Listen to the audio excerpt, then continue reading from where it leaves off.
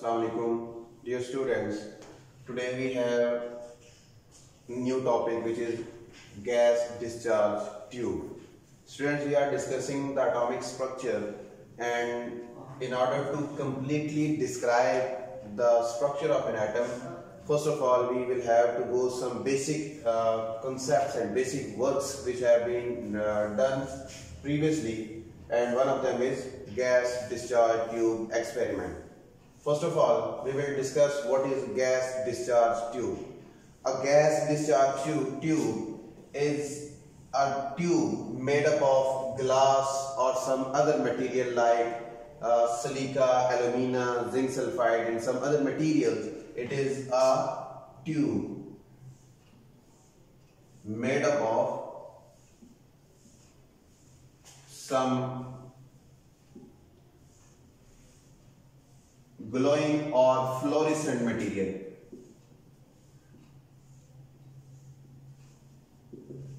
Some glowing or fluorescent material in which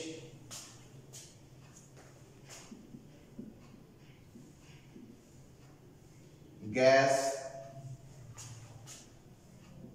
produces glow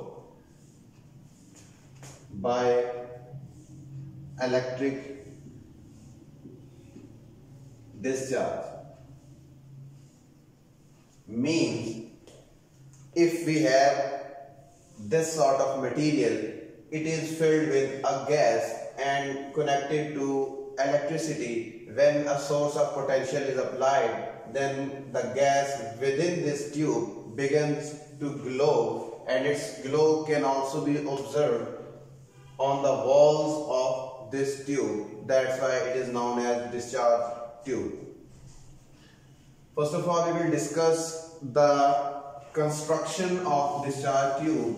The discharge tube is made up of some fluorescent material like glass or zinc sulfide or alumina Al2O3 or tinstone or silica SiO2 silicon dioxide.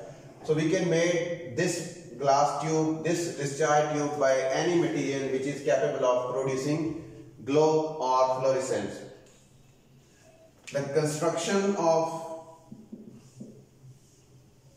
this tube is made up of this tube, and tube is made up of any sort of glowing material. Mostly it is of zinc sulfide, aluminium oxide or silicon dioxide. It is fitted with two metallic rods or wires. These rods are known as electrodes. This is an electrode and this is the other electrode.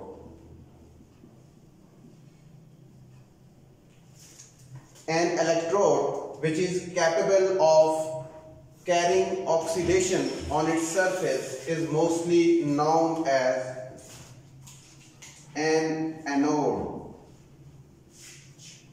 In general, anode carries positive charge, but anode may also carry negative charge. While a metallic rod or wire capable of reduction will be known as cathode. In general, it carries a negative charge, but it may also be positively charged. The charge depends upon the electron density, while the name of electrode, anode or cathode, is given to them according to the types of reactions occurring on their surfaces. Anode is the one upon which oxidation reaction occurs. And cathode is the one upon which reduction occurs.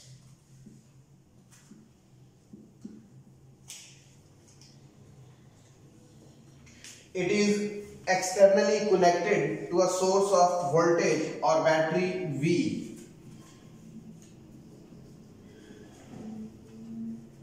It is external voltage of varying potential, generally 5,000 to 10,000 volts.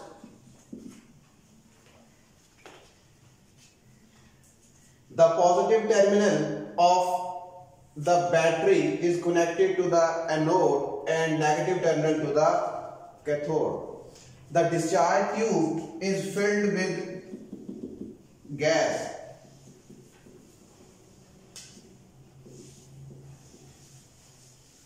At low pressure.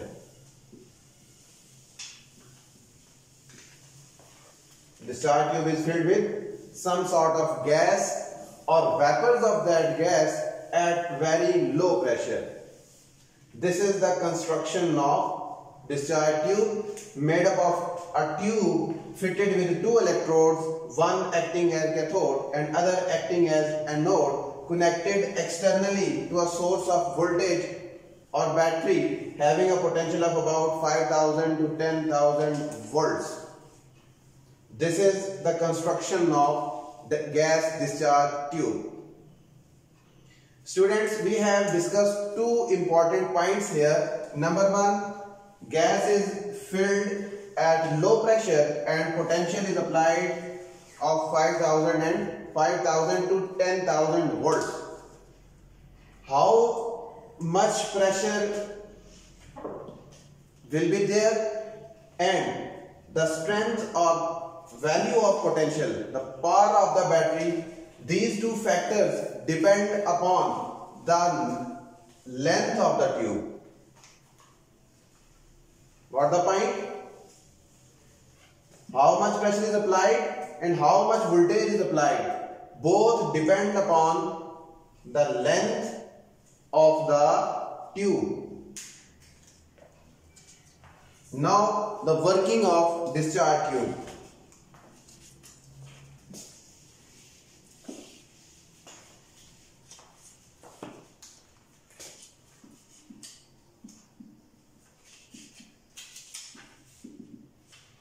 Students, discharge tube works on the principle of electric discharge. First of all, gas is filled at low pressure. Why at low pressure? Because at low pressure, particles of the gas are distant apart. Particles of the gas are distant apart at low pressure and gas becomes conductor. At low pressure, there are greater number of empty spaces between the molecules of the gas and gas becomes conductor. That's why we use low pressure, because we have to conduct the potential, the voltage across the discharge tube. Students, first of all, a gas or its vapors at low pressure are filled here and then the circuit is connected externally to the source of voltage. Initially, when voltage is applied, there is no reaction which is seen apparently. But with the passage of time, you will see some sort of reaction here. The scientists have done it as they applied some voltage and observed the reactions happening here, but they could not observe any sort of reaction. Then they reduced the pressure to about 0.01 torr and applied a voltage of 5,000 to 10,000 volts. Then they observed that gas within this discharge tube begins to glow. They observed that gas within this discharge tube began to glow. This original glow, after reducing the pressure further from 0.01 torr to further decreased the pressure and original glow disappeared. When original glow disappeared, they observed another glow on the wall of this discharge tube opposite and perpendicular to the surface of cathode. Similarly, in some other experiments, they also observed a glow opposite to the anode, opposite and perpendicular to the surface of anode. These sorts of glows were produced in the discharge tube. So the main reactions occurring within this discharge tube are actually the glow produced on the walls of discharge tube. The glow may be on the glow may be towards anode or perpendicular to the surface of anode or perpendicular to the surface of cathode. But main working is that a voltage is applied depending upon the length of the tube, and pressure inside a discharge tube is maintained according to the length of the discharge tube. In general, low pressure is maintained because gas becomes conductor at low pressure, and pressure is reduced in order to observe the glow or the reaction occurring within the discharge tube. This is discharge tube and discharge tube experiments. Scientists have used all these sorts of discharge tube experiments to discover the electrons, protons and neutrons. Hopefully you have got this concept.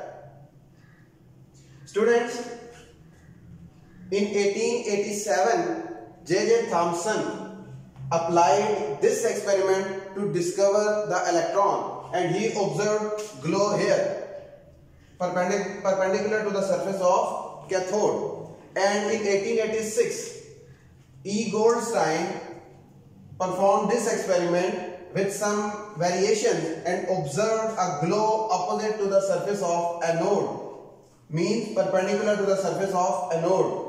So by using this discharge tube experiment, different scientists discovered different subatomic particles. Hopefully you have got the concept. For any query, you can ask question. Thank you so much. Allah Hafiz.